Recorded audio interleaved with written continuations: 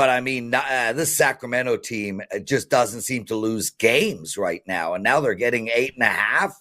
Tell me why to not bet on Sacramento. I'm baffled by this line. Well, yeah, Sacramento, you mentioned the streak that they're on. They started playing well as soon as they fired Mike Brown and had Doug Christie acting as a coach. I've heard a couple of players mention that, they really like playing for him because he played and he understands, how it is for the players. So you do see Sacramento playing well ever since then. Denver's been playing good basketball too. I think this is one where we have to look away from the side and maybe more towards the total. With that change, like Mike Brown would always try to preach defense, defense, defense, and he would never really get his team to play defense consistently. Now it looks like they're going back into the offense, and that's why they're having success. You look at their last, 4 games here, they've all had 240 plus points. The Nuggets have cleared 240 in 2 of their last 3 games. Pace-wise, last 5 Kings are number 1, and the Nuggets numbers don't show it. They've kind of maybe slowed down the past couple games, but they've played with a much better pace this season than in previous. So I do think this one will be played up tempo. Nuggets are the number 1 offensive rated team last 5 games. Kings also up there. I think this one is an over game. I believe the market is moving in the right direction. Yeah, this is another one that I'm looking at from a total perspective, and really more of a if it ain't broke, don't fix it kind of a thing. Celtics did play yesterday, but a lot of their guys, well, not a lot, but Horford, Porzingis, Drew Holiday, none of those guys played. I know Jalen Brown got a little bit banged up during the game, but he's also come out and said that he expects to play today. So once everybody gets rolled in, I'm expecting this total to go right back up. It did come down from 221.5 to 218.5.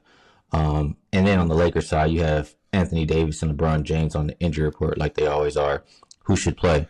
But the thought process for this is when we have teams playing back-to-back games in LA, they like to go and enjoy themselves. They don't really focus so much on playing defense in the next game. We've seen, I think it was somewhere around 75% overs. Sorry, I don't have the exact numbers. We did talk about it last night on Ahead of the Spread, but about 75% overs in this situation. And if they're off an overtime game, it's also 3-0. So I'm not worried about that for the Celtics. I believe this is a game where we get points.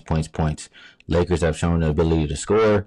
They haven't been able to defend consistently. So combination of all those things will make me get there with, right now, 218.5.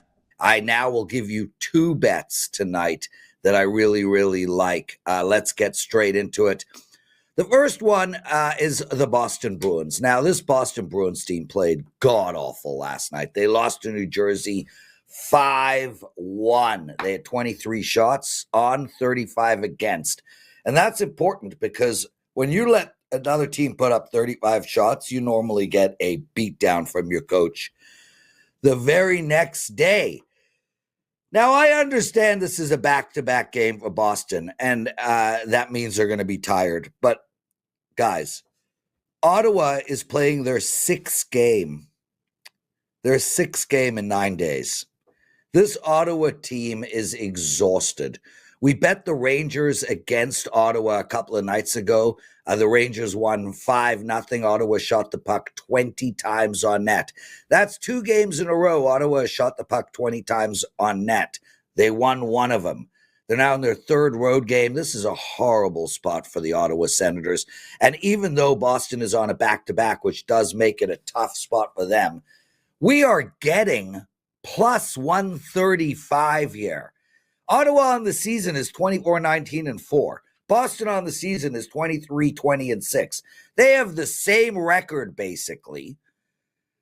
And yet the home team is a substantial dog. I absolutely don't understand this line at all. There is a ton of value on Boston. Take Boston plus 135. We're going to take Seattle plus 120, another home dog. They're playing Washington tonight, and the bottom line here is, well, finally Seattle is getting their act together. They've won 2 in a row. Woohoo. This is not a very good Kraken team. Period. End of story. Washington's the best team in all of hockey. Why would I want to play Seattle tonight? Because Washington is on a back-to-back, but more importantly, it is a road back-to-back, And they played Edmonton last night, and I guarantee you they were sky high to win that hockey game. This is a letdown spot. It's another home dog. Take Seattle plus 120. Thanks for watching. I love giving you these picks. Let's go 2-0. I haven't played a lot of field goal attempts this week, but man, Jake Elliott has been so good. Over in 6 straight games. He's played Washington twice this season. He had 4 and he had 2 in the games. And if you are worried about Jalen Hurts not being 100% healthy, you could see some drives stall out. This is also a rookie quarterback. I know he doesn't play like a rookie quarterback, but if they're struggling to score on this Philadelphia Eagles defense, which has been playing a lot better, you could see Philly not go for it on some fourth downs that they might have gone for it, and they just take the point. So Jake Elliott's been kicking the ball really well over in 6 straight games, gone over twice against Washington. Sometimes Eagles may just take the points in this one, especially if they're up. So let's take Jake Elliott over 1.5 made field goals. For the Oklahoma City Thunder, I expected a big game from the Oklahoma City Thunder. It's a horrific scheduling spot for the Mavs, but Jalen Williams is not getting it done from three-pointers. And I want to make sure this is Jalen Williams with no Y in his name. It's Jalen, J-A-L. There's 2 Jalen Williams that are starting for the Thunder. Make sure you're taking the one without the Y if you're going to play this. Taking him under 1.5 made three-pointers. He's gone under in 8 out of 10 games, and he's only averaging 4 3-point attempts per game, and he's shooting 26.3% from threes. So you have a guy who's not shooting the ball well. He's not shooting too many of them. Sets up really, really well for the under, and he's gone under the last 2 times he's played in Dallas. Also, him and Shea had big games last night. I wonder if this is a nice rebound spot for some of the other role guys that didn't have huge games. I wonder if they kind of take over against a really tired, beat-up Mavs team. So I like Jalen Williams with no Y go under his three-pointers.